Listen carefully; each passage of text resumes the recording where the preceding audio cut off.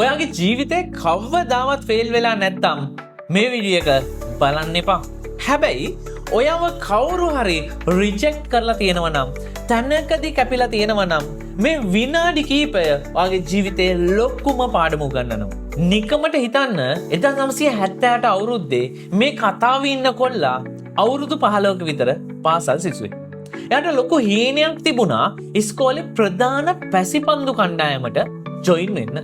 ඉතින් එදා තමයි කණ්ඩායමට තෝරගන්න ළමයිගේ ලිස්ට් එක නෝටිස් බෝඩ් එකට දැම්මේ. මේ කොල්ලා දුවගෙන ගිහිල්ලා ඒ ලිස්ට් එක බැලුවා. එයා උඩ ඉඳන් පහළටම නම හෙව්වා. ආයෙ බැලුවා. ආයෙත් බැලුවා. නෑ. එයාගේ නම ලිස්ට් එකේ නෑ. කෝච් එයාව රිජෙක්ට් කරලා. හේතුව ඔයා කොට වැඩි.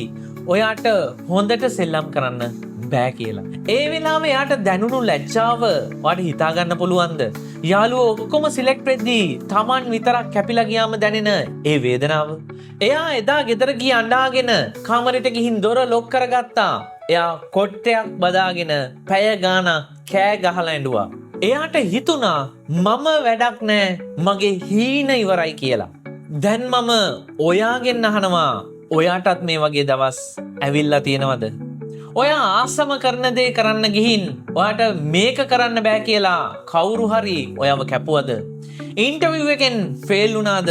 සිලෙක්ට් වෙන්න බැරි වුණාද? එහෙම වුණාම ගොඩාක් අය කරන්නේ ඒ හීනේ අතාරින එක. හැබැයි ඔයා මව කපපු අයට මම කවදා හරි දවසක පසුතැවෙන්න සලස්වනවා කියලා හිතන කෙනෙක් නම්, වැටුණ තැනින්ම ආයෙ නැගිටින කෙනෙක් නම් පහලින් කමෙන්ට් එකක් දාන්න I will not quit කියලා. ඔව්, I will not quit කියලා ටයිප් කරන්න. හරි, අපි බලමු එහෙනම් එයා ඊට පස්සේ මොකක්ද කළේ කියලා. කාමරේ දොර ලොක් කරගෙන අඬපු ඒ කොල්ලා ඊළඟ දවසේ උදේ පාන්දරම නැගිට්ටා. එයා ගියා ග්‍රවුන්ඩ් එකට. එයා හිතාගත්තා කවදා හරි කෝච්ට හිතෙන්න ඕනේ අපරාධේ මම අරුව කැපුවේ කියලා. එයා පිස්සෙක් වගේ පුහුණු වුණා. අවුරුද්දක් නෙවෙයි, අවුරුදු ගාණක්. ප්‍රතිඵලය මොකද්ද දන්නවද?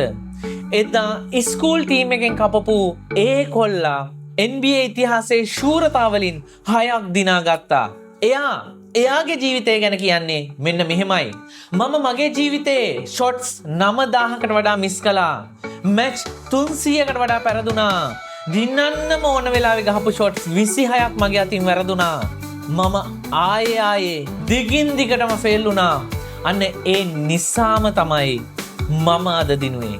ඔයා දන්නවද මෙන්න මේ කෙනා කවුද කියලා?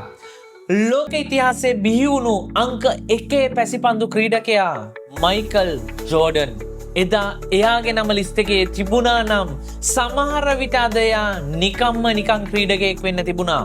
එයාගේ නම කැපුණු එකට තමයි එයාට දිනන්න ඕන ගින්දර දුන්නේ. ඒ නිසා යාළුවා, ඔයාව රිජෙක්ට් කරන හැම පාරකම සතුටු වෙන්න. මොකද ඒ කියන්නේ ඔයාගේ ලෙජන්ඩ් කෙනෙක් වෙන ගමන පටන් ගත්තා කියන එක විතරයි. ඉතින් මේ වගේ ලයිෆ් එක මොටිවේට් කරගන්න මාවත් ෆලෝ කරලා තියාගන්න. එච්චරයි.